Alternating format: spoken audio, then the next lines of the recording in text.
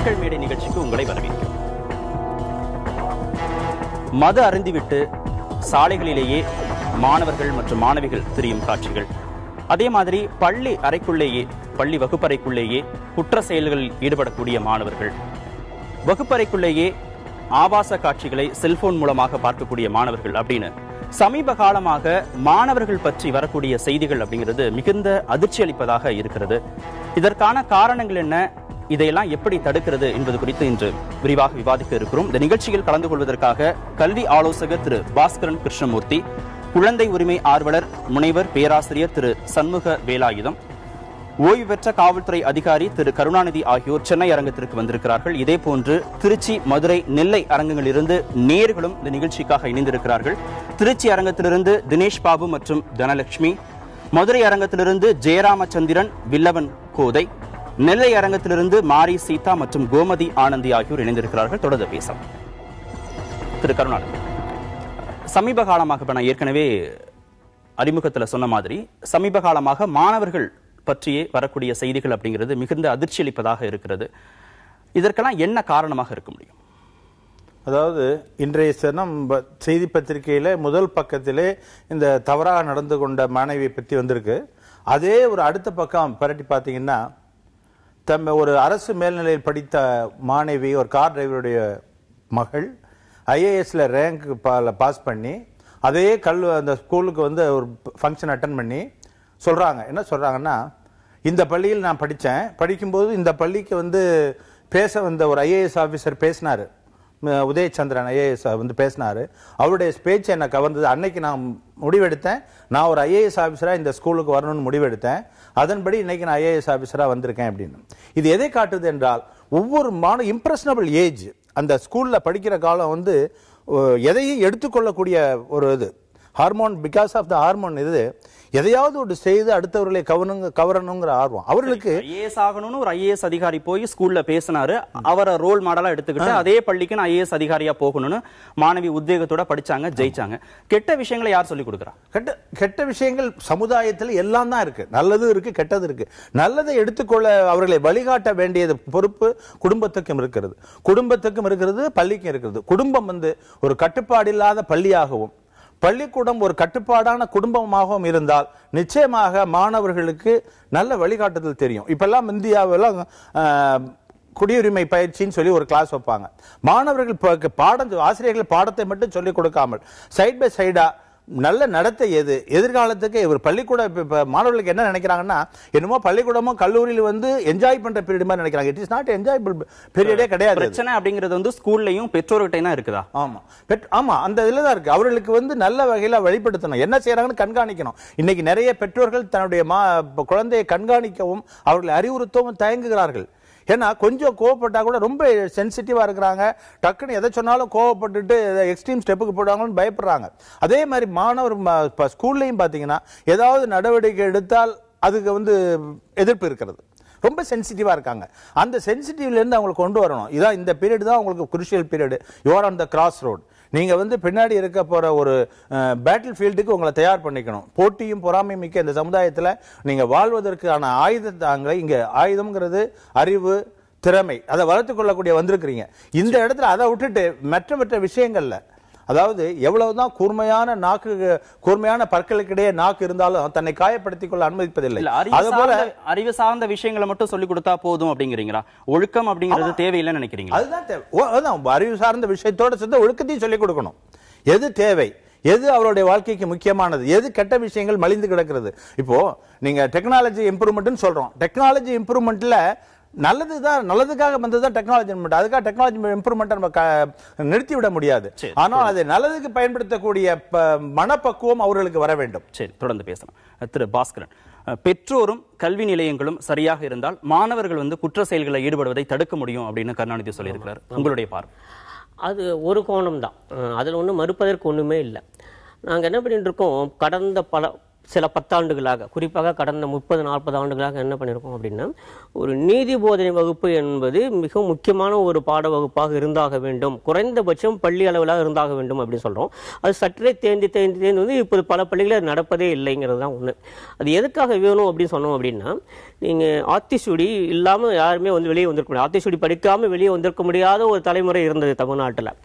அதுலேயே என்ன சொல்லுதுன்னா, கேள்வி முயல்னு ஒரு வரி வரும். அதுக்கு முன்னால் என்னன்னா, கெடுப்பது ஒழி அப்படின்னு ஒன்று வரும். அதுலேயே ஒன்று வரும்.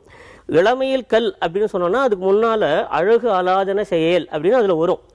இது எல்லாம் விட முக்கியமானது என்ன அப்படின்னா, அதே ஔவையார் சொன்ன கொன்றை வேந்தன ஒரு இடத்துல பொல்லாங்கு என்பன எல்லாம் தவிர அப்படின்னு நாங்கள் படித்தோம். கொன்றை வேந்தனில் படித்தோம், ஆத்திசூடியில் படித்தோம், மூதுரையில் படித்தோம், வெற்றி வேர்க்கையில் படித்தோம். இதெல்லாம் படித்ததுனால எங்களுக்கு இந்த வாழ்க்கையினுடைய இந்த விழுமியங்கள் என்ன எங்களுக்கு தெரிஞ்சிருந்தது. இல்லை, நீங்கள் சொல்கிற இந்த ஆத்திச்சூடி, திருக்குறள், கொன்றை வேந்தன் இதெல்லாம் தமிழ் மொழி பாடத்தில் இருக்கு. ஏன் மாணவர்கள் படிக்கல?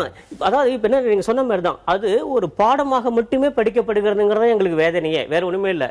அது வாழ்க்கை சார்ந்த ஒரு விஷயமாக சொல்லித்தரப்படுவதில்லைங்கிற ஒரு ஆதங்கம் தான்.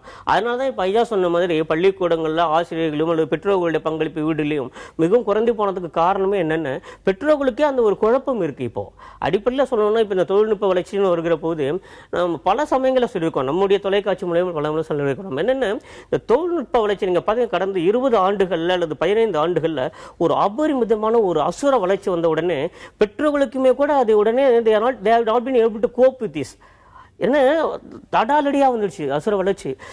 ஐயா சொன்ன மாதிரி ஒரு மனப்பக்குவம் இன்னும் வந்து சேரலை, அதுக்கு இன்னும் பழகி ஆகவில்லை, இன்னும் சுதந்திரமே நமக்கு இன்னும் முழுசாக பழகி ஆகலை, ஆனால் சுதந்திரம் கிடைச்சிடுச்சு.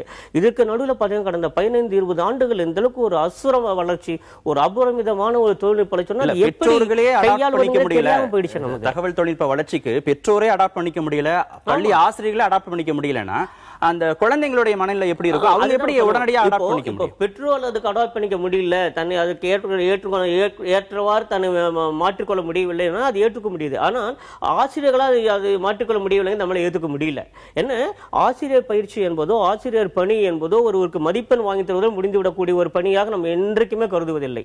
இன்னும் ஒரு சமுதாயம் சீராக அமைய வேண்டும் என்று சொன்னால், அடுத்த தலைமுறை மிகவும் சிறந்த தலைமுறையாக வர வேண்டும் என்று சொன்னால், மிக நிச்சயமாக ஆசிரியர்கள் தங்களுடைய பங்களிப்பை இன்னும் செம்மையாக தந்தாக வேண்டும். அப்படிதான் நாங்கள் மீண்டும் மீண்டும் சொல்லுவோம். அதனால மிகப்பெரிய பங்களிப்பு அவங்களுக்கு இருக்கிறது, அவங்க செய்தாக வேண்டும் தான் எதிர்பார்க்கிறோம். சரி, தொடர்ந்து பேசலாம். திரு சண்முக வேலாயுதம், குழந்தைகிட்ட சமீப காலமாக இருக்கக்கூடிய மாறுபாடுகள், குற்ற செயல்களில் அதிகமாக ஈடுபடக்கூடிய அந்த போக்கு, இதையெல்லாம் என்ன மாதிரியான விளைவுகளை ஏற்படுத்துதுன்னு நினைக்கிறீங்க?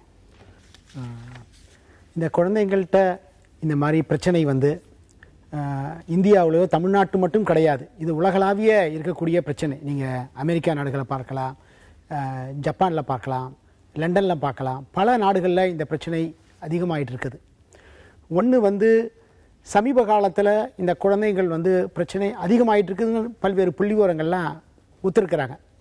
ஏன் வந்து இந்த மாதிரி குற்ற செயல்களில் ஈடுபடுறாங்க அப்படின்னா, குற்ற ஆவண காப்பகத்தோட புள்ளிவிவரப்படி கடந்த 10 ஆண்டுகள்ல மட்டும் இந்த குழந்தைங்க வந்து இது மாதிரியான குற்ற செயல்களில் ஈடுபடுறது அப்படிங்கிறது 65% அளவுக்கு அதிகரிச்சிருக்கதா சொல்றாங்க. ஆமா, அது அதிகரித்திருக்கிறோம், நாங்கள் ஒத்துக்கொள்கிறோம், அதிகரித்திருக்கிறோம்.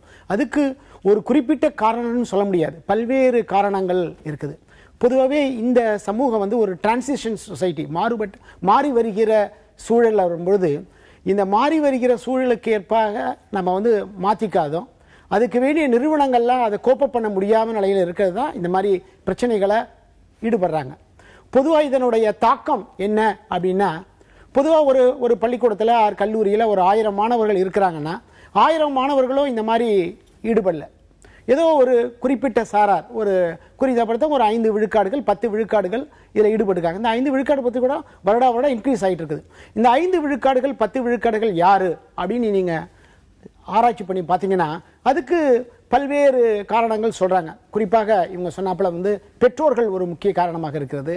இந்த டெக்னாலஜி தொழில்நுட்பம் வந்து அசுர வேகத்தில் வளர்ந்துருக்குது, அதை வந்து அடாப்ட் பண்ண முடியாமல் நிலையில் இருக்கிறாங்க, அது ஒரு காரணமாக இருக்கிறது. பொதுவாக வந்து குடும்பம் வந்து ஒரு விதமான கண்ட்ரோலில் இல்லாமல் இருக்கிறாங்க. அடுத்தது பீர் குரூப், ஒத்த வயது இருக்கிறாங்க, அந்த குழந்தையினுடைய ஒத்த வயது. ஐயா சொன்னார், ஒரு மாணவி வந்து இது மாதிரி குடித்து விட்டு ஆடினாங்கன்னு. நீங்கள் அந்த மாணவி மட்டும் சொல்ல முடியாது, அந்த மாணவியோட 3 மாணவிகள் இருந்திருக்கிறாங்க. இந்த ஒத்த வயது இருக்காங்களா, இந்த பீர் குரூப் ப்ரெஷர்னு சொல்லுவேன், அது அதிக அளவில் இப்போதைக்கு இருக்குது. ஏன்னா இன்ஸ்டியூஷன் வந்து அதை கோப்ப பண்ண முடியாத நிலையில அது புது புது சிஸ்டம்லாம் உருவாகுது. அதை வந்து இதனால சட்டம் மட்டுமே பண்ணி நிறுத்த முடியாது எங்களை பொறுத்த வரைக்கும். இல்ல, படிக்கட்டுல வந்து பயணம் செய்யக்கூடிய மாணவர்களுடைய இந்த இலவச பஸ் பாஸ் வந்து ரத்து செய்யப்படும் அப்படின்னு எச்சரிக்கை விடுகிற அளவுக்கு தான் மாணவர்களுடைய செயல்பாடுகள் இருக்கிறதாக பாக்குறாங்க. ஆமா, இப்ப மாணவர்களுடைய செயல்பாடுகளை எப்படி ஒழுங்குபடுத்துறது? மாணவர்களுடைய செயல்பாடுகளை ஒழுங்குபடுத்துவனா பொதுவா நம்ம வந்து அவங்கள வந்து தண்டிப்பதோ, பொதுவா எல்லாரும் நினைக்கலாம் காவல்துறையோ மற்ற அரசோ இதுக்கு தண்டனை கொடுத்துடலாம் அப்படின்னு நினைக்கிறாங்க. ஏன்னா நீங்க பல்வேறு ஆய்வுகள் இந்த குறித்து நம்ம பண்ணியிருக்கிறாங்கல்ல, தண்டனை மூலமாக இந்த பிரச்சனைக்கு தீர்வு காண்பது என்பது இயலாது ஒன்றும். ஏன்னா அசுர வேகத்தில் டெக்னாலஜிக்கு தகுந்தாப்புல மாடமெல்லாம் வந்து இருக்குது. இதெல்லாம் என்ன மாதிரி அணுகுமுறை தேவை அப்படிங்கறத நம்ம தொடர்ந்து பேசலாம். திருச்சி நேயர் தினேஷ் பாபு, உங்களுடைய கருத்து. ஐயா, பாத்தீங்கன்னா இன்னைக்கு வளர்ந்து வரக்கூடிய சமூகத்துல வந்து பாத்தீங்கன்னா, ஐயா கருணாநிதி ஐயா கிட்ட ஒரு கேள்வியை முன்வைக்கிறேன். பெற்றோர்களும் ஆசிரியர்களும் தான் காரணம்னு சொல்றத நான் வந்து முழுக்க ஏத்துக்கிறேன். அதுல வந்து எந்த மாறுபாடும் கிடையாது. ஆனா வந்து இந்த சமூகத்தில் இருக்கக்கூடிய சமூக சூழலும் ஒரு காரணங்கிறத இந்த இடத்துல நம்ம முன்னிலைப்படுத்துறத மறந்துடாதீங்க. உதாரணத்துக்கு சொல்ல போனா, பெற்றோர்கள் வந்து பாத்தீங்கன்னா வீட்டில் இருக்க சமையல் அறையிலே வச்சு குடிக்கிறாங்க, குளிர்சாதன பெட்டியிலே வச்சு குடிக்கிறாங்க. அதுவும் இல்லாம பெத்த மகள்கிட்ட சொல்றாங்க, ஒயின் சாப்பிட்டேன்னா உனக்கு வந்து நிறம் மாறும். இந்த மாதிரிலாம் ஒரு சில கருத்துக்களை எடுத்து சொல்லி அவங்கள வந்து குடிக்க வைக்கிறாங்க. இல்ல தினேஷ் பாபு, நீங்க இப்போ ஒயின் சாப்பிடுற பொண்ணு தினேஷ் பாபு, இப்ப கருணாநிதி சொன்ன மாதிரி நீங்க சொல்ற இந்த பெற்றோரும் பள்ளிக்கூடமும் இங்க இருக்கிற சமூகத்துல தானே இருக்கு. சமூகத்தோட ஒரு அங்கம் தானே ரெண்டுமே. ஆமாங்கய்யா, அதுல எந்த மாறுபாடும் கிடையாதுங்க. சமுதாயத்தை குறை சமுதாயத்தை சொல்லிட்டு பெற்றோருக்கு பொறுப்பே இல்லை அப்படிங்கிறீங்களா? ரெண்டுமே மட்டுமே பொறுப்பெடுத்துக்க முடியாது அப்படிங்கிறீங்களா? ரெண்டு பேருமே மட்டுமே பொறுப்பெடுக்க முடியாது, அனைத்து அங்கத்தினரும் பொறுப்பெடுத்துக்க வேண்டும். சரி, கருணாநிதி உங்களுடைய விளக்கம். அதாவது அவர் சமுதாயம்னு ஆரம்பிச்சுட்டு கடைசியில கொண்டு வந்து குடும்பத்தில் தான் முடிக்கணும். நான் தான் முதல் வார்த்தையே சொன்னேன்.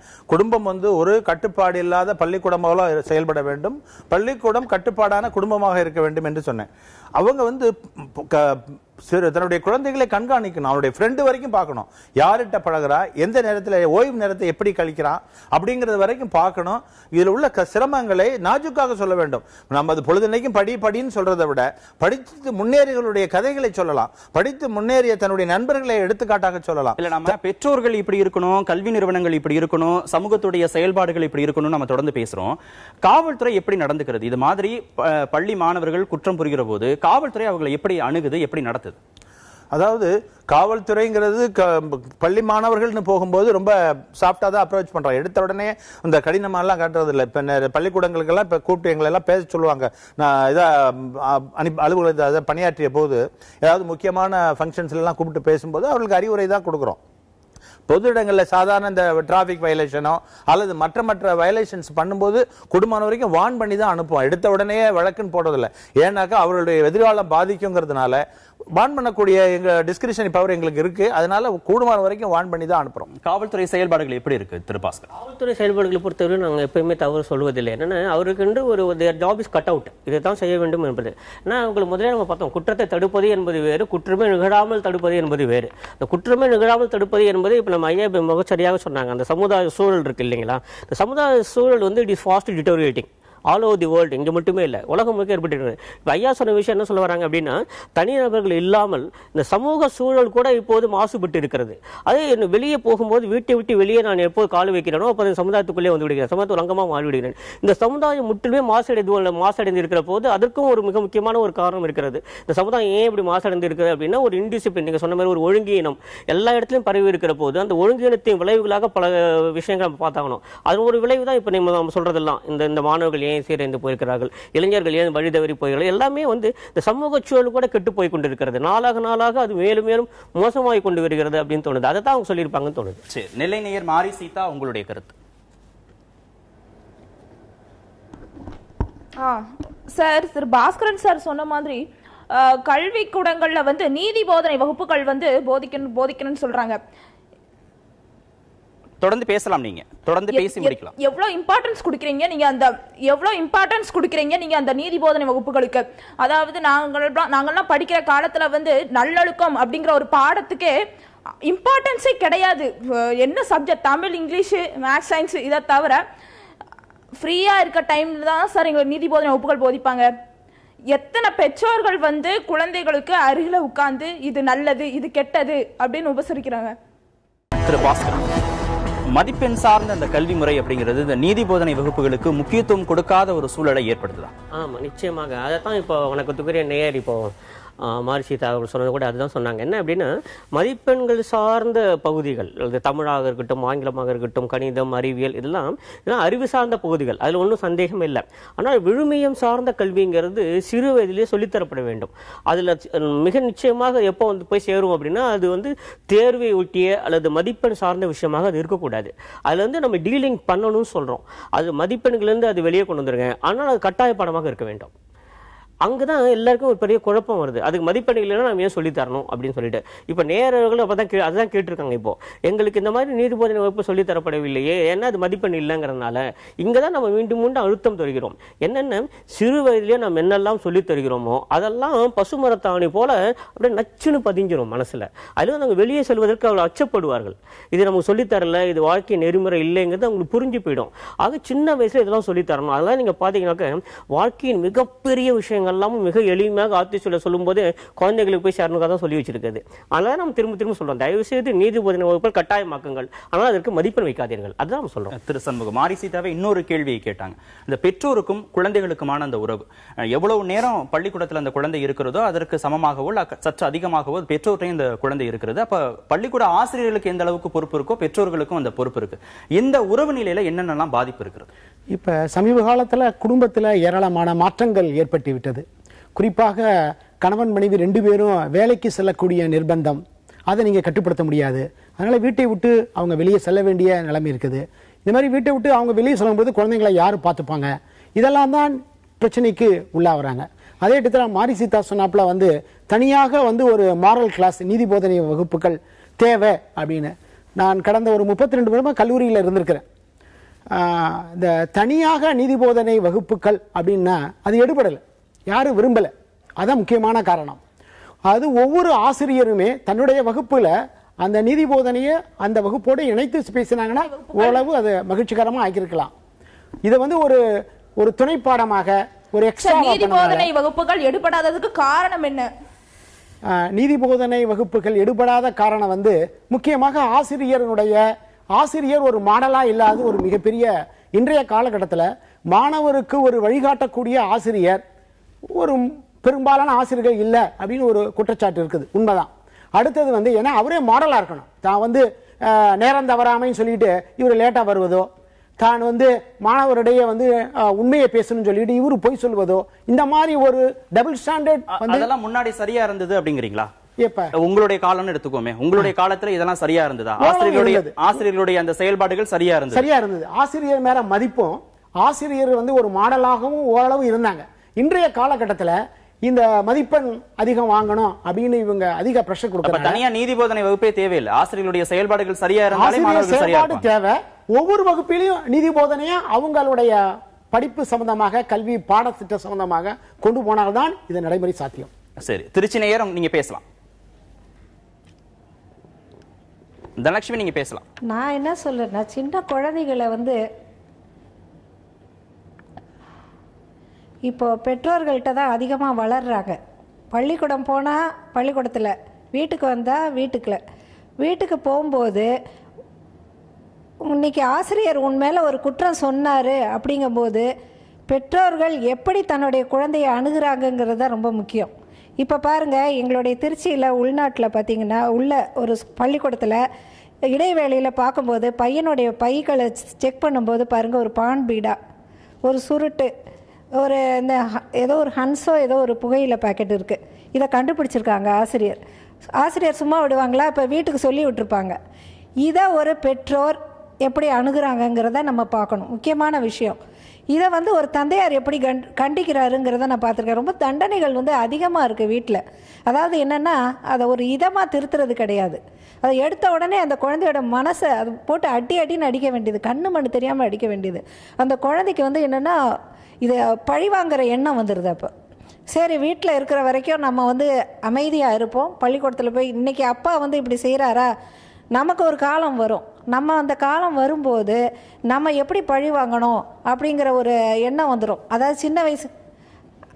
ரெண்டாவது அங்கங்க நடக்கிற விஷயத்த நேரடியாக அறிவுரை சொல்லக்கூடாது. இல்ல தனலட்சுமி, இந்த பொருள்கள்லாம் அந்த பையனுடைய சட்டப்பையில இருந்து எடுக்கப்பட்டது இல்ல, பெற்றோர்கள் வந்து இதெல்லாம் வந்து கண்டிக்கலன்னா பெற்றோர்களுக்கு தெரிஞ்ச அந்த குழந்தைகள் பண்றாங்க. வீடுகளில் இருக்கும்போது அந்த குழந்தைகள் சரியா இருக்கலாம், பள்ளிகளில் இருக்கும்போது அந்த குழந்தைகள் சரியா இருக்கலாம், சமூகத்துக்குள்ள போகும்போது அந்த குழந்தைகள் சரியா இல்லைன்னா அதுக்கு யார் பொறுப்பு? இந்த சமூகம் தானே பொறுப்பு. இரண்டு தரப்புலையும் எப்படி பொறுப்பேற்றுக் கொள்ள முடியும்? நிச்சயமாக இது வந்து வெளியில் வந்து அவங்க ஊடகங்களில் பார்க்குறாங்க. ஒரு கதாநாயகன் வந்து பார்க்க மென்னுக்கிட்டே பேசுகிறத ஒரு ஸ்டைலாக அவர் வந்து செய்கிறாரு அப்படின்னா தானும் அது போல் செய்யணும்னு நினச்சிட்டு அவன் என்ன பண்ணுறான், சக மாணவர்கள்ட்ட நடித்து கூட காட்டுறான். அப்புறம் வந்து இந்த மாதிரி நம்மளும் செஞ்சால் என்ன அப்படிங்கிறது. அப்புறம் அப்பா வந்து எனக்கு ஒரு சிகரெட் வாங்கிட்டு வா, ஒரு சுருட்டு வாங்கிட்டு வான்னு சொல்லிட்டு அப்பாவே குழந்தைங்களை அனுப்புகிறாங்க. எதுக்கு அப்பா இதில் வாங்குறாரு, அப்போ இதில் ஏதோ ஒரு விஷயம் இருக்குது அப்படின்ட்டு தனக்கு தனிமை கிடைக்கும் போது அவன் அதை வந்து அந்த என்ன இருக்கு அப்படிங்கிற ஒரு ஆர்வம் இருக்கு அந்த குழந்தைங்க கிட்ட, கையில கொடுக்கும் போது அதை வந்து அவங்க பயன்படுத்திக்கிறாங்க. விளக்கம் பெறலாம் தனலட்சுமி. பாஸ்கரன், இல்ல ஊடகங்களுடைய செயல்பாடுகள் எப்படி இருக்குது, ஊடகங்களே அவங்க ஒரு குற்றச்சாட்டுக்கு உள்ளாக்கி இருக்கிறாங்க. ஆமா, இப்போ இந்த ஊடகங்கள் மேல வைக்கக்கூடிய குற்றச்சாட்டுல ஓரளவுக்கு தான் உண்மை இருக்கிறது, பாதி உண்மை கூட சொல்ல மாட்டேன், ஓரளவுக்கு தான் உண்மை இருக்கிறது. என்னன்னு கடந்த சில ஆண்டுகளாக நமக்கே தெரியும் எப்படிலாம் வந்து கல்வி சார்ந்த நிகழ்ச்சிகள் ஏராளமாக வரப்படுகின்றன, மருத்துவம் சார்ந்த நிகழ்ச்சிகள், சட்ட ஆலோசனைகள் வழங்கப்படுகின்றன, இளைஞர்களுக்கு வழிகாட்டு நெறிமுறைகள் வழங்கப்படுகின்றன, உலகச் செய்திகள் அனைத்தும் ஒவ்வொரு மணி நேரமும் தரப்படுகின்றன. இவ்வளவும் கிடைக்குது ஊடகத்தில். இது இல்லாமல் சிறுவர்களுக்கு என்று தனி சேனல்ஸ் இருக்கு, பக்திக்கு தனி சேனல் இருக்கு, அப்புறம் இசைக்கு என்று தனி சேனல்ஸ் இருக்கு. இவ்வளவும் விட்டுட்டு எது இவர்களுக்கு மனதுக்கு ஒவ்வாதோ, எது இவர்களுக்கு ஏற்க முடியாததாக இருக்கிறதோ அதைத்தான் இவர்கள் பார்க்கிறார்கள் என்று சொல்வதே ஒரு விதமாக ஏற்றுக்கொள்ள முடியல. ஏன்னு சொன்னா இப்போ நம்ம சொல்றோம், ஒவ்வொரு இடத்துல நம்ம போகும்போதெல்லாம், பள்ளிக்கு செல்கிற போது, கல்லூரிக்கு செல்கிற போதெல்லாம் சொல்றோம், எத்தனை கல்வி நிகழ்ச்சிகள், எத்தனை கல்வி ஆலோசனைகள் தொடர்ந்து வழங்கக்கூடிய. இதெல்லாம் நாங்க படிக்க போலாம் இல்ல. 12 மணிலேருந்து 1 மணி வரைக்கும் மக்கள் மேடை மறு ஒளிபரப்பும் இருக்கு. அதே மாதிரி வயது வாய்ந்தவர்கள் நிகழ்ச்சி இருக்காது. எதை பார்க்கணுங்கிறத வந்து தேர்ந்தெடுத்து பார்க்கணும். சரி, திரு சண்முகம், ஊடகங்களுடைய செயல்பாடுகள் மீதான குற்றச்சாட்டுகளை நீங்க எப்படி பாக்குறீங்க? ஏன்னா இன்றைய காலகட்டத்தில் மீடியா, அந்த ஊடகம் வந்து மிக சக்தி வாய்ந்த ஒரு டூலா கருதுறாங்க. அவர் சொல்றாப்புல பல்வேறு நிகழ்ச்சிகள்லாம் இருக்குது அப்படிலாம் சொல்றாரு. ஆனால் மாணவர்களுக்கு ஏற்ற அவங்க கேட்ச் பண்றது வந்து என்னன்னா, இந்த மாதிரி ஒரு ஊடகத்தில் வருகிற ஆடு, ஊடகத்தில் வருகிற ஒரு இம்பாக்ட், அதை அவங்க பார்க்குறாங்க. ஏன்னா வந்து அவர் சொன்னாப்புல வந்து டிவி மட்டும் ஊடகம் கிடையாது, ஏராளமான ஃபேஸ்புக்லேருந்து, வாட்ஸ்அப்ல இருந்து எக்கச்சக்கமாக நீங்க ஒரு கூகுள் தட்டினீங்கன்னா, ஒரு சாதாரண வெப்சைட்டை தட்டிங்கன்னா நம்மள அறியாமே எக்கச்சக்கமான வெப்சைட் வருது. இதெல்லாம் கண்ட்ரோல் பண்ண முடியாத அளவுக்கு இருக்குது. அவங்களுக்கு கூட சென்சார்ஷிப் இருக்கு. நீங்க இப்போ ஒரு குடும்பத்துல ஒரு அப்பா அம்மா இப்படி நடந்துக்கணும் அப்படிங்கிறதுக்கு எந்த விதமான சென்சார்ஷிப்பும் கிடையாது. சமூகம் இப்படி நடந்துக்கணுங்கிறது கிடையாது. பள்ளி வகுப்பறைகள்ல எத்தனையோ ஆசிரியர்கள் மீதான குற்றச்சாட்டுகள்லாம் இருக்கு. குழந்தைங்கள்ட்ட பாலியல் வன்முறையில செய்யறது, தவறான விஷயங்களை ஈடுபடுறதுன்னு எல்லார் மீதும் குற்றச்சாட்டு இருக்கு. ஆனா ஒரு ஊடகங்கள் அப்படிங்கிறது முழுக்க முழுக்க சென்சார்ஷிப்புக்கு உட்பட்டு தான் வெளியில வருது. அப்படி ஒட்டுமொத்தமா ஊடகங்களை நம்ம பொறுப்பாக கிடையாது. ஊடகங்கள் வந்து சென்சார்ஷிப் வந்து ஒரு குறிப்பிட்ட ஊடக பிரிவுகளை தான் இருக்குது. நீங்க இன்டர்நெட்டை எடுத்துங்க. நேற்று கூட உச்சநீதிமன்றத்தில் இது குறித்து வழக்கு வந்தது. ஒரு மத்திய பிரதேசத்தில் ஒருத்தவங்க வந்து கேஸ் போட்டிருக்காங்க. இந்த மாதிரி ஏராளமான வெப்சைட்டு, இந்த சிஸ்டம்லாம் வருது, எதை தட்டினாலும் ஆபாச படங்கள்லாம் வருது. இதெல்லாம் ஏன் கண்ட்ரோல் பண்ண முடியல? அதுக்கு அவங்க கண்ட்ரோல் பண்ண முடியல. இப்போ சாதாரணமாக நீங்கள் கூகுளில் வந்து ஏதோ ஒன்று தட்டிங்க வச்சுங்க, எடுத்த உடனே ஒரு ஆபாச படம் வருகிறது. மாணவருக்கு அது குறித்து ஒரு இன்ட்ரெஸ்ட், சில பேர் அடிக்ட் ஆயிடுறாங்க. இது எல்லாம் கண்ட்ரோல் பண்ண நாங்கள் வந்து ஒரு நல்லது மட்டும் செய்து மட்டும் ஊடகம் இல்லை, கெட்டதும் தன்னை அறியாமே செய்வது. எப்படி நாணயத்துக்கு 2 பக்கம் இருக்குது போல ஊடகத்தினால ஏராளமான பாதிப்பு. நீங்க வந்து சமீப காலத்தில் நீங்க குற்றம் புரிந்த இந்த இளம் சிறார்களை கேட்டீங்கன்னா, அவன் ஊடகத்தை பார்த்து ஊடகத்தை அப்படியே இமிட்டேட் பண்றான். இந்த குழந்தை கடத்துவதிலிருந்து, இந்த மாதிரி ஒரு போதைப் பொருளுக்கு அடிக்ட் ஆகுறதுலேருந்து, அவனுடைய ஹிஸ்டரியை எடுத்து பாத்தீங்கன்னா, கண்டிப்பா நீங்க சொல்ற மாதிரி முறைப்படுத்தணும் அப்படிங்கிறதுல எந்த விதமான மாற்று கருத்து இல்லை. அதே சமயத்துல பாலியல் ரீதியான கல்வி, பாலியல் கல்வி குறித்த சரியான புரிந்துணர்வு இன்னும் இருக்கா? அந்த கல்வி முறையில இருக்கா? அதை கொண்டு போவதற்கு என்ன தயக்கம்? அதுக்கு வந்து கல்வி முறையெல்லாம் மாற்றம் கொண்டு வரணும். ஏன்னா உண்மையிலே கல்வி வந்து ஒரு முழுமையான ஆளுமை வளர்ச்சிக்கு தான் கொண்டு செல்லணும்னு கல்வியாளர்கள்லாம் சொல்றாங்க. இதெல்லாம் தப்புன்னு சொல்லி கொடுக்கிறது வந்து ரொம்ப கடினம். ஆனா இதெல்லாம் சரின்னு சொல்லி கொடுக்கிறது ரொம்ப எளிது. அதை செய்யணும் தானே? இல்ல, பாசிட்டிவாக தான் நம்ம பார்க்கணும். முழுமையான ஆளுமை வளர்ச்சிக்கு, பர்சனாலிட்டி டெவலப்மெண்ட்டுக்கு முக்கியத்துவம் தரணும். திரு கருணாநிதி, சைபர் கிரைமோட தோல்வின்னு இதை பாத்துக்கலாமா? காவல்துறையுடைய செயல்பாடுகள் சரியில்லைன்னு பாத்துக்கலாமா? இந்த வயது உட்பட்டவருடைய செயல்பாடு எல்லாம் வந்து கண்காணிப்புக்கு உட்படுத்தப்படவே இல்லை, யாருக்கும் எல்லாமும் கிடைக்கும் அப்படின்னு ஒரு ஓபன் மார்க்கெட் மாதிரி இருந்தா எப்படி? இதுக்கு வந்து சைபர் கிரைம்ல சைபர் கிரைம்ங்கிறது இந்த எலக்ட்ரானிக் மீடியா வச்சு தவறு செய்பவர்களை கண்டுபிடிப்பதற்கும் இந்த குற்ற நடவடிக்கை எடுப்பதற்கும் தான் வைக்கப்பட்டிருக்கே தவிர, இது போன்ற கண்காணிப்புகளுக்கு இந்த புகார் வரும்போது அதை தடுப்பதற்காக நடவடிக்கை எடுக்கப்பட்டது. இப்போ கூட சமீப காலமா கொஞ்ச நாளைக்கு முந்தி சொன்னாங்க, ப்ரௌசிங் சென்டர்ஸ்ல இந்த மாதிரி ஆபாச வலைதளங்களை உபயோகிப்பதை தடை செய்யணும், அதை சர்ப்ரைஸா விசிட் பண்ணி செக் பண்ணணும்லாம் சொன்னாங்க. என்னதான் இருந்தாலும் இப்ப வீட்டுக்கு வீடு இருக்கும்போது ஒன்னும் சந்தர்ப்பம் கிடைக்கிறது ஒன்றும் மிக கிடைக்காத வஸ்து இல்லை. தனியா போய் உட்கார்ந்து ஒரு மாணவனால தனியா பார்க்க முடியும். இதுக்கு என்னன்னு சொன்னா, இப்ப இவங்க சொன்னது மாதிரி பள்ளியில் உள்ள ஆசிரியர்கள் சொல்லும் போது இந்த ஊடகங்களில் எந்தெந்த நேரத்தில் என்னென்ன வருவது, எதை பார்த்தால் இவர்களுக்கு நல்லது, எதிர்காலத்துக்கு நல்லது. ஒன்றும் இல்லை, இப்போ நம்ம விவாத மேடை நடத்துறோம், இதே மாதிரி டாக் ஷோஸ் நிறைய நடக்குது, இங்கிலீஷ்ல சேனல்ல நடக்குது. எல்லாம் ஒரு முக்கியமான விஷயங்களை அலசி ஆராயிரும். ப்ராஸ் அண்ட் கான்ஸ், நல்லதையும் சொல்றோம். இதை சார்ந்து மாணவர்களுக்கு எல்லா விதமான உணர்வுகளும் இருக்கும் இல்லையா? நம்ம எல்லாமே டாக் ஷோ மட்டும் தான் நீங்க பார்க்கணும், எல்லாமே அறிவு சார்ந்து மட்டும் தான் பார்க்கணும்னு அந்த மாணவனை நீங்க கட்டாயப்படுத்த முடியாது. அது மட்டுமே சிறந்த உணர்வுன்னு அவனுக்கு சொல்லி கொடுக்க முடியாது. நாம் தப்பு பண்றோம். அவனை வந்து கட்டாயப்படுத்தவே நான் சொல்லல. நான் என்ன சொல்றேன், இதில் உனக்கு தேவையானவை இருக்கிறது, இதை படித்தால் உன்னுடைய பள்ளியில் வந்து உனக்கு காம்படிஷன் வைக்கும் போது ஒரு கட்டுரை எழுத சொல்லும் போது நீ ஒண்ணு தனியா போய் யார்ட்டையும் போய் கேட்க வேண்டாம், புத்தகத்தை பெரட்ட வேண்டாம். 4 நாளைக்கு நல்ல இந்த மாதிரி ஒரு விஷயங்களை பார்த்தீங்கன்னா உனக்கே ஒரு பொருள், ஒரு மேட்டரை அனலைஸ் பண்ணக்கூடிய ஒரு நாலேஜ் வந்துடும் சொன்னா அவனே பார்க்க ஆரம்பிச்சிருவான். நீங்க ஒன்னும் அவனை கட்டாயப்படுத்த வேண்டாம். இந்த பாத்திரா ஒரு பிரயோஜனம் இல்லை, நீ வந்து பள்ளியில் நல்ல மார்க் வாங்கணும், இதுல வந்து வரணும்னா இந்த மாதிரி விஷயங்களை பண்ணி பாரு, இந்த விஷயம் இந்த சேனல்ல இந்த விஷயம் காட்டுறாங்க, கல்விக்காக இந்த சேனல் இருக்கு, இந்த விஷயங்களை பாருன்னு சொன்னா போதும். இப்போ அந்த காலத்துல வீட்டுகள்ல வயதானவர்கள் வந்து கதை சொல்லி, இப்ப நம்ம சொன்னோம் சிவாஜிக்கு அவங்களுடைய மதர் சொன்னது ரொம்ப இம்ப்ரெஷன் ஆச்சு, அதே மாதிரி மகாத்மா காந்திக்கு அவங்க மதர் சொன்ன கதைன்னு. இப்ப உள்ள சிறுவர்களுக்கு அந்த மாதிரி கதையை கேட்கிற அளவுக்கு பொறுமை கிடையாது. அவங்க வாட்ஸ்அப்பும் செல்போனும் நிறைய டயத்தை ஆக்கிரமிச்சுக்கிச்சு. 10ஆவதுக்கு டிவி சேனல்ஸ், கம்ப்யூட்டர், இதுல உள்ள தீய விஷயங்களே அவர்கள் ஈடுபாடு போயிடுச்சு. அதுல இருந்து அவர்களை திசை திருப்பது பெற்றோராலையும் ஆசிரியராலையும் தான் முடியும். இதை வந்து செய்யறதுக்கு, தொடர்ந்து செய்வதற்கு, மாணவர்கள்ட்ட வலியுறுத்துறதுக்கு அந்த ஆசிரியர்கள் என்ன பண்ணணும், அவளுடைய செயல்பாடுகள் எப்படி இருக்கும்? பொதுவா ஆசிரியர், நான் முதலே சொன்னாப்புல, ஆசிரியர் வந்து ஒரு மாடலாக, ஒரு மாதிரி குடிமகனாக, மாதிரி ஆசிரியராக இருக்கணும். அதுலதான் பிரச்சனையே வருகிறது. அவரும் ஓரளவு சுய கட்டுப்பாடு தேவை அவருக்கும். இந்த சுய கட்டுப்பாடோட ஒரு ஆசிரியர் வந்து உள்ளபடியே ஒரு ஆசிரியருடைய மாண்போட இருக்கணும் அப்படின்னு நாங்க சொல்றோம். அடுத்தது வந்து இந்த மாதிரி பிரச்சனைகள்லாம் தன்னுடைய வகுப்புல ஒவ்வொரு பாடத்திலையும் அன்றாட செயல்பாடுகள்ல கொஞ்சம் கொஞ்சமா தான் சொல்லலாம். ஒரே நாள போய் ஒரு அறிவுரையில சொன்னீங்கன்னா இன்றைய காலகட்டத்தில் கேட்க மாட்டாங்க. அதை வந்து ஒரு பக்குவமாக ஒரு மிட்டாய் கொடுக்குறாப்புல சொல்லி இது எது நல்லது அப்படின்னு வாழ்க்கையெல்லாம் சொல்லி பண்ணாங்கன்னா ஓரளவு ஏற்றுப்பாங்க. ஆசிரியர் முக்கியமான ஒரு பங்கு இருக்கிறது. அதே டயத்தில் சமூக சூழலை நம்ம வந்து மறுக்க முடியாது. சமூக சூழலும் முக்கியமான காரணம். ஏன்னா அவங்க சொன்னாப்புல சமூக சூழல் இன்றைய காலகட்டத்தில் சமூக சூழல் வெரி பவர்ஃபுல்லாக இருக்குது. சரி, மதுரை நேயர் வில்லவன் கோதை, உங்களுடைய கருத்து. நன்றி ஐயா. அதாவது இந்த மாதிரி குழந்தைகள் கெட்டு போகிறதுக்கு வந்து முக்கியமான காரணங்கள் வந்து அவங்க படிக்கக்கூடிய சூழ்நிலை, அதாவது பள்ளிக்கூடம் அது ஒரு சூழ்நிலையாக இருக்கலாம், பெற்றோருடைய வளர்ப்பு முறை அந்த சூழ்நிலையாக இருக்கலாம். இப்படி எல்லாமே வந்து சமுதாயத்தை தான் டிபெண்ட் பண்ணியிருக்கு. இப்போ பார்த்தீங்கன்னா குற்றங்கள் நடக்கிறதுக்கு முக்கியமான காரணம் வந்து வறுமை. அந்த வறுமை சார்ந்ததில் தான் வந்து குற்றங்களே முத ஆரம்பிக்குது. அப்போ அதுக்கு வந்து அரசு வந்து முக்கியமாக அந்த பணியை வந்து செய்யணும். இப்போ மதுபானம் எடுத்துக்கங்க, ஒரு முந்தா நாள் ஒரு 3 வயசு பையனுக்கு வந்து சாராயத்தை ஊற்றி கொடுக்குறாங்க. அப்போ இந்த டாஸ்மார்க்குன்ற ஒரு கொடிய ஒரு அரக்கை வந்து இந்த சூழ்நிலையிலிருந்து விடுபடணும். அப்போ தான் வந்து சமுதாயம் வந்து ஒரு நல்ல நிலைமைக்கு வரும்ன்றது முக்கியமான கருத்து.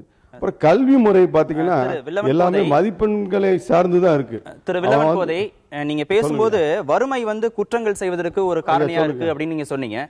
வறுமையில இருக்கக்கூடிய எத்தனையோ பேர் அந்த வறுமையை மீறி நல்லா படிச்சு நல்ல நிலைமைக்கு முன்னேறவே இல்லையா? அதுல இருந்து மீள்வதற்காக அவங்களுடைய உழைப்பை வந்து கொடுக்கவே இல்லையா? ஒட்டுமொத்தமா வறுமை தான் எல்லா குற்றங்களுக்கும் காரணம்னு சொல்லிட முடியுமா? ஆமாம், வறுமையில் இருக்கிறவன் வந்து 100 மீட்ரு ரேஸை கடக்கிறதுக்கு வந்து 15 நிமிஷம் ஆயிரும். ஆனால் ஒரு பணக்காரன் வந்து அதை வந்து 5 நிமிஷத்தில் கடந்துருவான். அவனுக்கு அந்த வாய்ப்புகள் இருக்கு. அப்போ அந்த வறுமையை ஒழிச்சாலே எல்லாமே சரியாயிருன்றது என்னுடைய கருத்து. அது போக வந்து நீங்க பாத்தீங்கன்னா கல்வி முறை வந்து நிச்சயமா மாற்றப்படணும். கல்வி முறை வந்து மாற்றப்படணும். அந்த கல்வி முறை வந்து மதிப்பெண்களை நோக்கியே தான் போய்கிட்டு இருக்கு. அதுதான் உங்களுக்கு முக்கியமான காரணம். விளக்கம் பெறலாம். எனக்கு அவருடைய கருத்துல மாறுபட்டு கருத்து இருக்கிறது. ஏழை குடும்பத்தில் இருக்கிறவங்க ஏழ்மை தான் இந்த மாதிரி குற்ற செயல்கள் புரியுறாங்க அப்படின்னு சொல்லுவது வந்து தவறு. நீங்க எடுத்த பாத்தீங்கன்னா இந்த மாதிரி மாணவர்கள் குற்றம் செய்யக்கூடியவங்களை பாத்தீங்கன்னா நல்ல உயர்தர மக்கள், பணக்கார குடும்பம், அவங்க ஹஸ்பண்ட் ஒய்ஃப் 2 பேரும் பணிக்கு சேரவங்க, டாக்டரா இருக்காங்க, குழந்தைகளை கவனிக்க முடியாது, அந்த மாதிரி இருக்கவங்களும் அதிக அளவில் இந்த மாதிரி குற்றம் புரியுறாங்க. நீங்க புள்ளிவிவரத்தை பாத்தீங்கன்னா இந்த மாதிரி ஏழை குடும்பத்தில் குற்றம் செய்வதை விட இந்த உயர்தர மக்கள், நடுத்தர மக்கள், இந்த குழந்தைகளை கவனிக்க முடியாத சூழல் இருக்கிறவங்க, அவங்க தான் இந்த ஃப்ரெண்ட்ஸ் எல்லாம் வச்சுக்கிட்டு இந்த பீர் குரூப்போட இன்ஃபுளுன்ஸ் வச்சுக்கிட்டு தவறுகள் இந்த மாதிரி குற்றங்கள் செய்வதற்கு இருக்கிறாங்க. அதனால வறுமை ஒரு காரணம்னு நாங்க ஒத்துக்க மாட்டோம். ஏன்னா எவ்வளவோ ஏழை குடும்பத்திலிருந்து நல்ல விதமாக படித்து வரவங்களாம் இருக்கிறாங்க. இந்த சமூகத்துடைய பிரதிபலிப்பு தான் மாணவர்கள். சமூகம் சரியா இருக்கு அப்படின்னா மாணவர்கள் சரியா இருப்பாங்க. சமூகம் சரியா இல்லைன்னா அதைத்தான் மாணவர்கள் பிரதிபலிப்பாங்க. அப்போ குற்றச்சாட்டை மாணவர்கள் மீது நம்ம திணிக்க முடியுமா? நிச்சயமா முடியாது. என்னன்னா வாழ்க்கையினுடைய மைய புள்ளி இடம் மாறிடுச்சு அப்படின்னு சொன்னோம். என்ன, கடந்த சில 10 ஆண்டுகளுக்கு முன்பு நீங்கள் பார்த்தீங்கன்னாக்கா அது கிராமங்களாக இருக்கட்டும், நகரங்களாக இருக்கட்டும், ஒவ்வொருத்தருக்குமே ஏதேனும் ஒன்று படிச்சுக்கிட்டே இருக்கணும், மேலே மேலே வாழ்க்கையில் மேலே வர வேண்டும் ஒரு எண்ணம், ஒரு உந்துதல் இருந்தது. வாழ்க்கையின் மையப்புள்ளியாக கல்வி இருந்தது. அதை எடுத்துட்டு எஜுகேஷனை ஒரு சென்ட்ரல் பாயிண்ட், ஃபோக்கல் பாயிண்டாக இருந்த எடுத்துட்டு அந்த இடத்துல என்டர்டெயின்மெண்ட்டை கொண்டு வந்து வச்சிட்டோம்.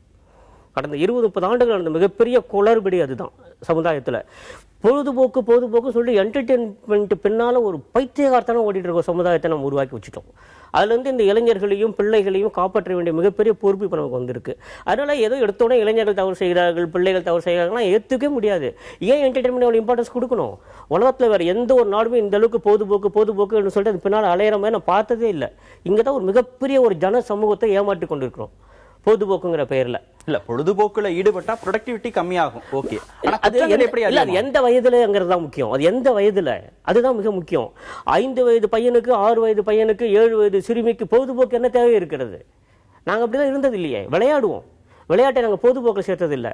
விளையாடு உண்டு. ஆனால் இப்போ என்ன தெரியுமா, அது விளையாட போகிற நேரமும் குறைவு, விளையாட்டை வேடிக்கை பார்க்குற நேரம் அதிகம். தொலைக்காட்சியில் நள்ளிரவு முழுக்க விளையாட்டை வேடிக்கை பார்த்து கொண்டு விட்டு காலையில் அது தூக்கம் இன்னும் ஃபுல்லாக முடியாத குளத்தில் முழுசாக கண்ணு திறந்து பார்க்க முடியாத மாதிரி பள்ளிக்கு போகிறார்கள், கல்லூரிக்கு போகிறார்கள். ஆக விளையாடுவது என்பது வேறு, விளையாட்டை வேடிக்கை பார்ப்பதுங்கிறது வேறு. விளையாட்டை கூட இப்போ நம்ம ஒரு பொதுபோக்காக மாற்றிவிட்டோம்.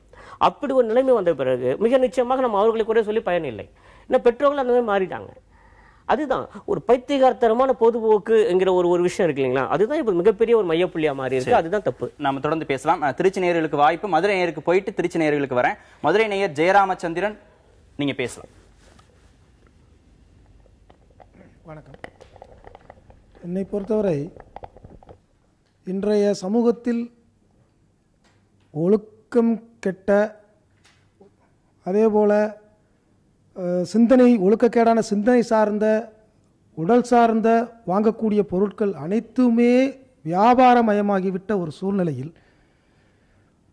ஒரு அடுத்த மாணவ சமுதாயத்தை மட்டுமே குறை கூறுவது, ஏற்கனவே பேசுனதில் சொன்ன மாதிரி சமூகம்னு ஒரு பேச்சு வரும்போது யார் அந்த சமூகம்? முதல்ல அந்த கேள்வி. ஆசிரியர் சொல்லி கொடுக்கணும், ஆசிரியர் தன்னை சரிப்படுத்திக்கணும்னு ஒரு கருத்து. ஆசிரியர் மது அருந்தக்கூடாதுன்னு எதுவும் சட்டம் இருக்கா? அப்படி ஒரு சட்டம் இல்லை. அப்போ அந்த ஆசிரியர்கிட்ட மட்டும் ஏன் நீங்கள் சரியாக எதிர்பார்க்க முடியும்? நாம் எப்படி எதிர்பார்க்க முடியும்? மொத்த சமூகமே கண்ணு முன்னாடி மதுபான கடை திறந்து வைத்த பிறகு கண் முன்பாக அனைத்து தொலைக்காட்சியாக இருக்கட்டும் அல்லது திரைப்படங்களாக இருக்கட்டும், ஆடல் பாடல்ங்கிற பேரில் கூட சிறு குழந்தைகளின் மனதில் ரொம்ப மோசமான ஒரு ஆடல்களையும் அங்க அசைவுகளையும் இதெல்லாம் உட்கார்ந்து ரொம்ப ஆர்வமாக பெற்றோர்களும் எல்லாரும் சேர்ந்து கற்றுக் கொடுத்துட்டு நாம் என்ன ஒழுக்கத்தை பற்றி பேசுகிறோம்னு எனக்கு புரியல. இப்போ சமீபத்தில் நடந்த ஒரு விஷயம், நமது மதுரை அருகே உள்ள ஒரு கல்லூரியில், குருகுல கல்லூரியில் படித்த ஒரு மாணவர் ஞாயிற்றுக்கிழமை இரவு, அன்று விடுமுறை, விடுதியில் தங்கியிருக்கிறார். இரவு மது அருந்திவிட்டு, பகலில் மது அருந்தியிருக்கிறார், இரவு வந்து படுத்துடுறாரு. இந்த விஷயம் தெரிந்து அவரை கல்லூரியிலிருந்து நீக்கம் செய்து விட்டார்கள். அவர் ஒரு மதுரை உயர்நீதிமன்ற கிளையில் ஒரு ரிட் மனு தாக்கல் செய்தார்.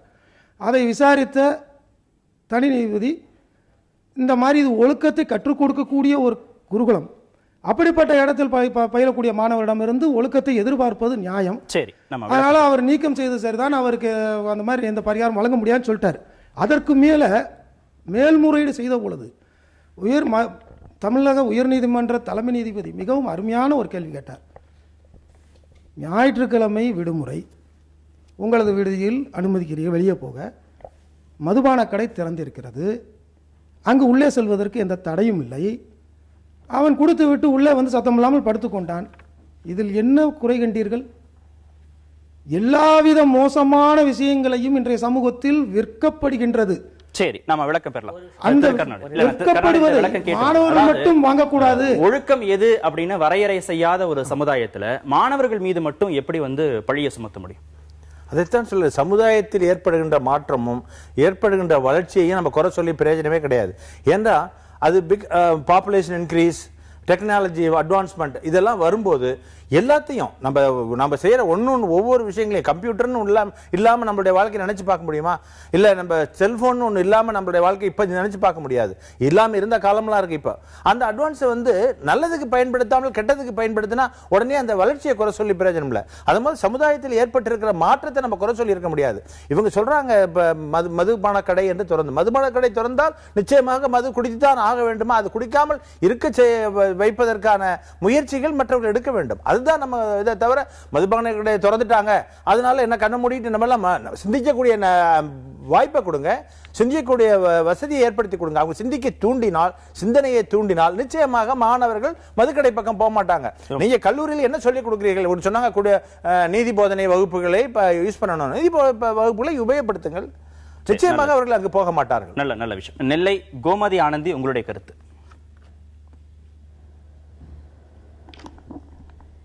இப்போ குழந்தைகள் வளர்ச்சியை பார்த்தோம்னா பெற்றோர்களுக்கு வந்து ரொம்ப அலட்சியமா இருக்கிறாங்க. இப்பதான் இப்போ உள்ள பசங்களுக்கு தான் எல்லாம் தெரியுமே, நம்ம சொல்லி தான் கத்துக்கணுமா அப்படின்னு ரொம்ப அலட்சியமா இருக்காங்க. ஒரு குழந்தை இப்போ கெட்டு போகுது, தவறான வழியில போகுதுன்னா சமூகத்தை சொல்லியோ இல்ல பொழுதுபோக்கு ஊடகங்கள்ல குறை சொல்லியோ பிரயோஜனம் இல்லை. முக்கிய காரணம் பெற்றோர்கள், அவங்க கிட்ட உள்ள பெற்றோர்கள். இப்போ ஒரு குழந்தைக்கு வந்து தொழில்நுட்பம் வந்து சேருதுன்னா அது அவங்க குடும்பத்தை தாண்டி தான், குடும்பத்து மூலமா தான் வருது.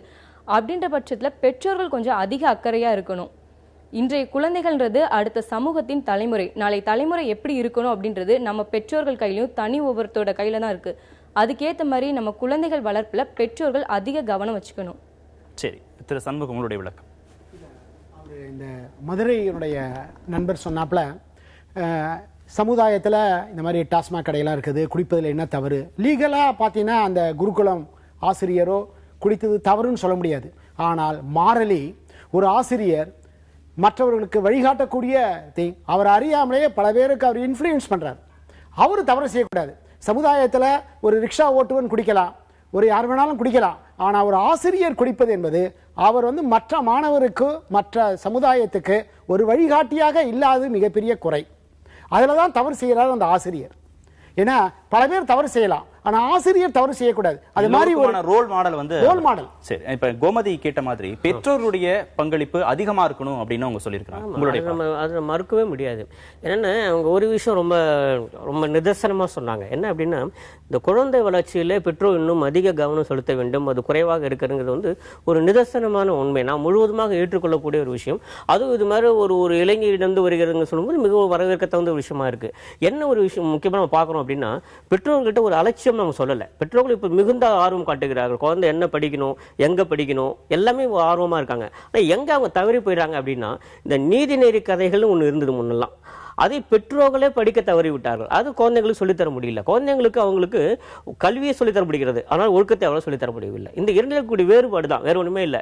அவங்களால டிசிப்ளின் தான் சொல்லித்தர முடியாது, அது ஆனால் மொராலிட்டி சொல்லித்தர முடியல. அது இந்த இரண்டும் சேர்ந்து சொல்லித்தர வேண்டிய பொறுப்பு பெற்றோர்களுக்கு இருக்கிறது. முதல்ல அவர்கள் அதை கற்றுக்கொள்ள வேண்டிய நேரம் வந்துச்சு, அந்த நெருக்கடி வந்தாச்சு. இப்போ இனிமேல் பெற்றோர்கள் அதில் கொஞ்சம் கவனம் செலுத்த வேண்டும் தோணுது. திருச்சி நேயர் தனலட்சுமி.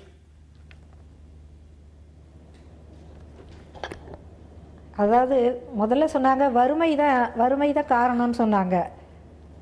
நான் அதை கண்டிப்பாக மறுக்கிறேன். ஒரு இட்லி மாவு வாங்க கொடுக்குற காசில் அவன் வந்து போதைப் பொருளை வாங்கிட்டு வர்றான். இதெல்லாம் வெறும் 50 பைசா தான். மலிவான பொருள்களில் போதைப் பொருள்கள் நிறைய கிடைக்குது. இதையெல்லாம் வந்து அரசாங்கம் தடை பண்ணணும். அது வந்து அவரை வந்து இன்னொன்று வந்து என்னென்னா, விளையாட போனால் அவங்களுக்கு வந்து நல்ல அறிவு வளர்ச்சி இருக்கும், வெறும் பார்வையாளராக தான் இருக்குதுன்னு சொன்னாங்க. ஆனால் விளையாடுறதுக்கு எங்கெங்க இடம் இருக்குது? வீட்டில் விளையாடுறதுக்கு இடமே இல்லை. இங்கே விளையாடுனா அந்த வீட்டு கண்ணாடி உடஞ்சிரும்னு ஒரு சண்டை வந்துடும். அந்த குரூப் ஒரு மாதிரி ஃபார்ம் ஆகிடும். அதாவது அந்த ஒற்றுமை, அதாவது விளையாடுறதுக்கு தனியான ஒரு மைதான வசதிகள், பள்ளிக்கூடத்திலே இன்ஃப்ராஸ்ட்ரக்சர்னு சொல்கிறாங்க, உள்கட்டமைப்பு வசதி இல்லாத எத்தனையோ பள்ளிகளில் வந்து விளையாடுறதுக்கும் இடம் இல்லை, வீட்லேயும் அதை அனுமதிக்கிறது இல்லை. எப்போ பார் படின்னு சொல்கிறாங்க. அது ஒரு மன இறுக்கத்துக்கு ஆளான பையன்தான் என்ன செய்கிறான், அதுலேருந்து விடுபடுறதுக்காக அவன் வெளியில் வரணும்னு நினச்சி தான் அவன் வந்து இதையெல்லாம் நாடி போகிறான். வாட்ஸ்அப் கையில் இருக்குது, அப்பாவோட செல்ஃபோன் எடுத்து யூஸ் பண்ணுறான். சரி தனலட்சுமி, நேரம் இல்லை, நம்ம விளக்கம் பெறலாம். திரு சண்முகம், மாவு வாங்கிட்டு வரதுக்கு கொடுக்கக்கூடிய அந்த காசில் மிச்சப்படுத்தி அவர் வந்து போதை பொருள்களை வந்து வாங்கிட்டு வந்துடுறாரு மாணவர் அப்படிங்கிற ஒரு குற்றச்சாட்டை சுமத்தி இருக்கிறாங்க. எங்கே பிரச்சனை வந்து ஒன்று அவங்க சொன்னாப்புல சமூகத்தில் கிடைக்குது, அது ஒரு பிரச்சனை தான். ஏன்னா அது கொஞ்சம் ஓரளவு அரசு நிறுவனங்களோ ஓரளவு இந்த மாதிரி மாணவர்கள்லாம் பெற முடியாத ஒரு சட்டமோ திட்டமோ விற்கணும். 1. 2, அந்த மாணவனுக்கு எது தேவை எது தேவையில்லை என்பது பெற்றோரும் பள்ளிக்கூடமும் சமூகம் சொல்லித்தரணும். ஏன்னா வந்து ஒரு தடவை அந்த மாவு சாப்பிட்டானா அவன் அடிக்ட் ஆகிடுவான். அதனால் முதல்ல இருந்தே இந்த மாவு சாப்பிடுவது என்பது கெடுதல் அப்படின்னு சமூகத்தில் பள்ளிக்கூடத்தில் குடும்பத்தில் சொல்லித்தரணும். அது இல்லை. இன்றைய காலத்தில் இந்த வழிகாட்டு நெறிமுறைகள் அறவே இல்லை. அதனால தான் தவறுகள் நடைபெறுவதற்கு வாய்ப்பா இருக்கு. கருணாநிதி, நீங்க ஏற்கனவே பேசுறீங்க, அதாவது காவல்துறை வந்து மாணவர்களையும் குற்றம் செய்யக்கூடிய மாணவர்களையும் மற்றவர்களையும் ஒரே தளத்தில் வச்சு பாக்குறது இல்லை அப்படின்னு நீங்க சொன்னீங்க. ஏன்னா மாணவர்களுடைய மனப்பான்மை அப்படிங்கிறது வந்து குற்றம் செய்யணும்னு செஞ்சு அதற்கான முனைப்போட அவங்க செய்யறது இல்லை, தெரிந்தோ தெரியாமலோ அவர்கள் செய்யறாங்க. அவர்களுக்கான வாய்ப்புகள் இருக்கிறது திருந்துவதற்கு. அப்போ இரண்டையும் ஒரே தளத்தில் வச்சான தண்டனைகள் வழங்குறது, அதெல்லாம் வந்து அவங்களுடைய எதிர்காலத்தை வந்து பாழடிக்கக்கூடிய விஷயமாக இருக்கிறது. என்ன மாதிரியான அணுகுமுறைகள் வந்து வேணும் காவல்துறைகிட்ட? அதுதான் கேஸை இன்வெஸ்டிகேஷன் பண்ணும்போதே அவர், அதாவது குற்றத்துக்கு வந்து முக்கியமாக வந்து அவனுடைய குற்றம் செய்வதற்கான நோக்கம் முக்கியம். அந்த நோக்கத்தோடு செயல்பட்டிருந்தால் அதற்கான தண்டனை கிடைக்கும். அதாவது நீதிமன்றத்தில் வைப்பதான் காவல்துறையை பொறுத்த வரைக்கும் எந்த மாதிரி சந்தர்ப்பத்தில் இந்த குற்றம் நிகழ்த்தப்பட்டது இது அப்படின்ற சாட்சிகளை கொண்டு வந்து முன்வைப்பதான். நீதிபதிக்கு அவருடைய டிஸ்கிரிப்ஷன் இருக்கு. இந்த மாணவன் தான் செய்வது என்னவென்று தெரியாத காரணத்தினால குற்ற நோக்கம் கிடையாது அப்படின்னு சொன்னா அவர் மிக குறைந்த தண்டனை அட்மானிஷ் பண்ணி விடலாம், மன்னித்து கூட விடக்கூடிய டிஸ்கிரிப்ஷன் பவர் இருக்கு. அதனால இன்வெஸ்டிகேட்டிங் ஆபீசருங்கிற முறையில் காவல்துறை அதிகாரிகள் உண்மையா செயல்பட்டாவே போதும், எந்த மாதிரி சந்தர்ப்பத்தில் செய்திருக்கிறார்கள் அப்படின்னு. சில வழக்குகள்லாம் இருக்கு, ரொம்ப எக்ஸ்ட்ரீம் ஸ்டெப்ல போன கேஸுகள் எல்லாம் நிச்சயமாக ரொம்ப லீனியன்ட் எல்லாம் காட்ட முடியாது. நான் சொல்றது வந்து சின்ன லெவல்ல, அதாவது டிராஃபிக் வயலேஷன் மாதிரி அந்த மாதிரி உள்ள குற்றங்கள், சின்ன, அதாவது ஒரு பொருள் எடுத்துடுறாங்க, சக மாணவர்களுடைய ஒரு பொருளையே திருடிடுறாங்கன்னு வச்சுக்கோங்க, அதெல்லாம் வந்து மன்னிக்கக்கூடிய குற்றங்கள். காவல்துறை செயல்பாடுகள் இந்த அளவுக்கு இருந்தா மிக்க மகிழ்ச்சி தான். சென்னை அரங்கத்திற்கு வந்து உங்களுடைய கருத்துக்களை பதிவு செய்ததுக்கு மிக்க நன்றி. நேயர்களே, மற்றொரு நிகழ்ச்சியில் சந்திக்கலாம். நன்றி, வணக்கம்.